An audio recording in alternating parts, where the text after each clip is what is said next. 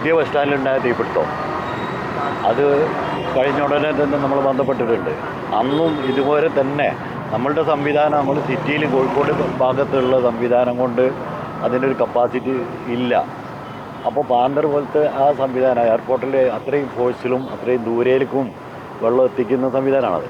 ആ ഒരു സംവിധാനം, ആ വാഹനം അത് കോഴിക്കോട് സിറ്റിയിൽ വേണമെന്നും അതുപോലെ തന്നെ ബീച്ചിൽ വേണ്ടുന്ന സൗകര്യങ്ങൾ നവീകരിച്ചതിൻ്റെ ഭാഗമായിട്ട് ചെയ്യണമെന്നൊക്കെ നമ്മൾ അന്നേ ആവശ്യപ്പെടുന്ന. നമ്മളെ സംബന്ധിച്ചിടത്തോളം നമ്മൾ കോഴിക്കോട് സിറ്റിയിൽ ഇപ്പോൾ അടിക്കടി തീപിടുത്തം ഏതൊക്കെ ഭാഗങ്ങളിലാണ്. ഇതിവിടെ കുറച്ചും കൂടി ഒരു ഓപ്പണായ സ്ഥലമാണ്.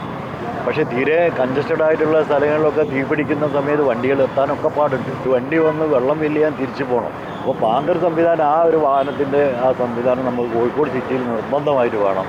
ഈ ഭാഗങ്ങളിലാണ്, ഈ പാളയം ഈ ഒരു ഏരിയയിലാണ് ഏറ്റവും കൺജസ്റ്റഡ് ആയിട്ടുള്ള ബിസിനസ്സുകൾ നടക്കുന്നത്. ഇത് ഏറ്റവും ഓപ്പൺ ആയിട്ടുള്ള ഒരു സ്ഥലത്തായിട്ട് പോലും നമുക്ക് ഇത്രയും സമയം എടുക്കേണ്ടി വന്നു. ഭീമമായ നഷ്ടമാണ് ഈ ഒരു ഷോപ്പിനുണ്ടായിട്ടുള്ളത്. ഈ ഒരു സ്ഥാപനത്തിന് വളരെ ഭീമമായിട്ടുള്ള നഷ്ടം ഉണ്ടായി. ഇപ്പോൾ 3-4 മാസം ഇത് റിന്യൂവേഷൻ എത്ര സമയം എടുക്കുമെന്ന് അറിയാം. ഏറ്റവും വലിയ സീസൺ വരികയാണ്.